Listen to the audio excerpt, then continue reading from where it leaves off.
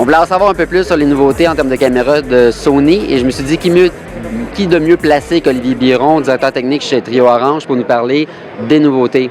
Alors toi, si je ne me trompe pas, tu as fait le tour du bout tantôt, donc tu es un peu plus au courant de ce qui se passe. C'est quoi les nouveautés pour 2012?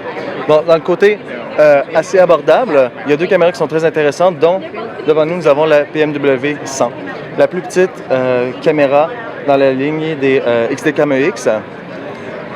Par contre, on peut plus juste dire que c'est du XDCAM EX parce qu'elle va aussi faire du XDCAM HD.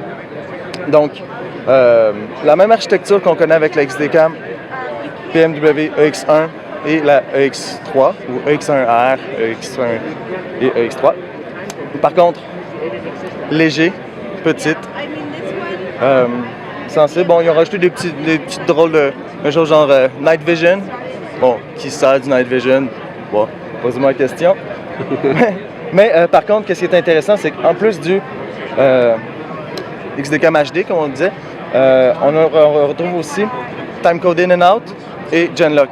OK. Donc, ça peut vraiment être intéressant dans une situation d'un shoot multicam ou application 3D à très bon marché. Voilà. Et j'en déduis que le support d'enregistrement, c'est encore des cartes S-by-X.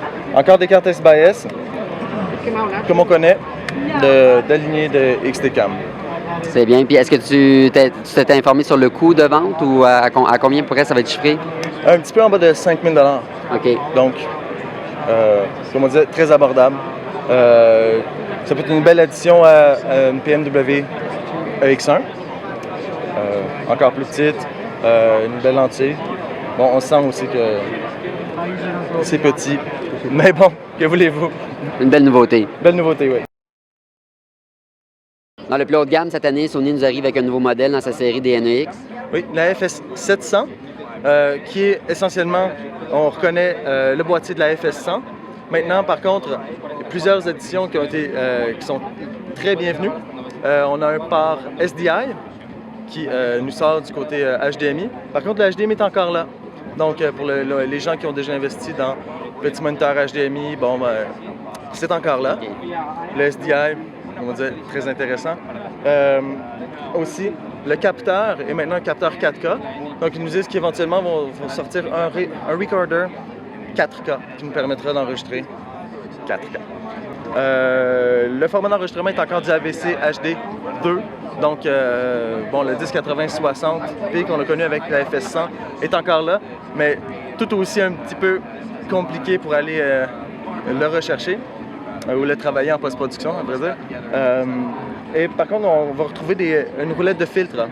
OK. Donc, il nous permet de couper 2 stops, 4 stops et 6 stops à même la caméra pour qui nous évite de travailler avec des filtres ND quand on n'a pas le temps, qu'on se retrouve dans une situation qu'il faut aller rapide.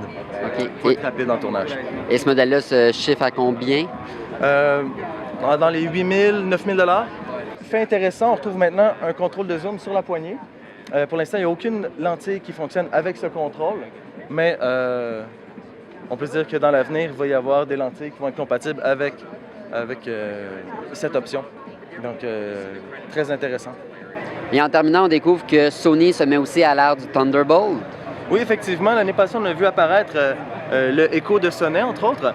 Et par contre, au grand malheur de beaucoup de gens, cet adapteur Express 34 ne fonctionnait pas, n'était pas compatible avec les cartes S-by-S de Sony. Par contre, dans la semaine qui s'en vient, on va voir des drivers qui vont nous permettre d'utiliser ces adapteurs pour transférer le S-by-S via Thunderbolt.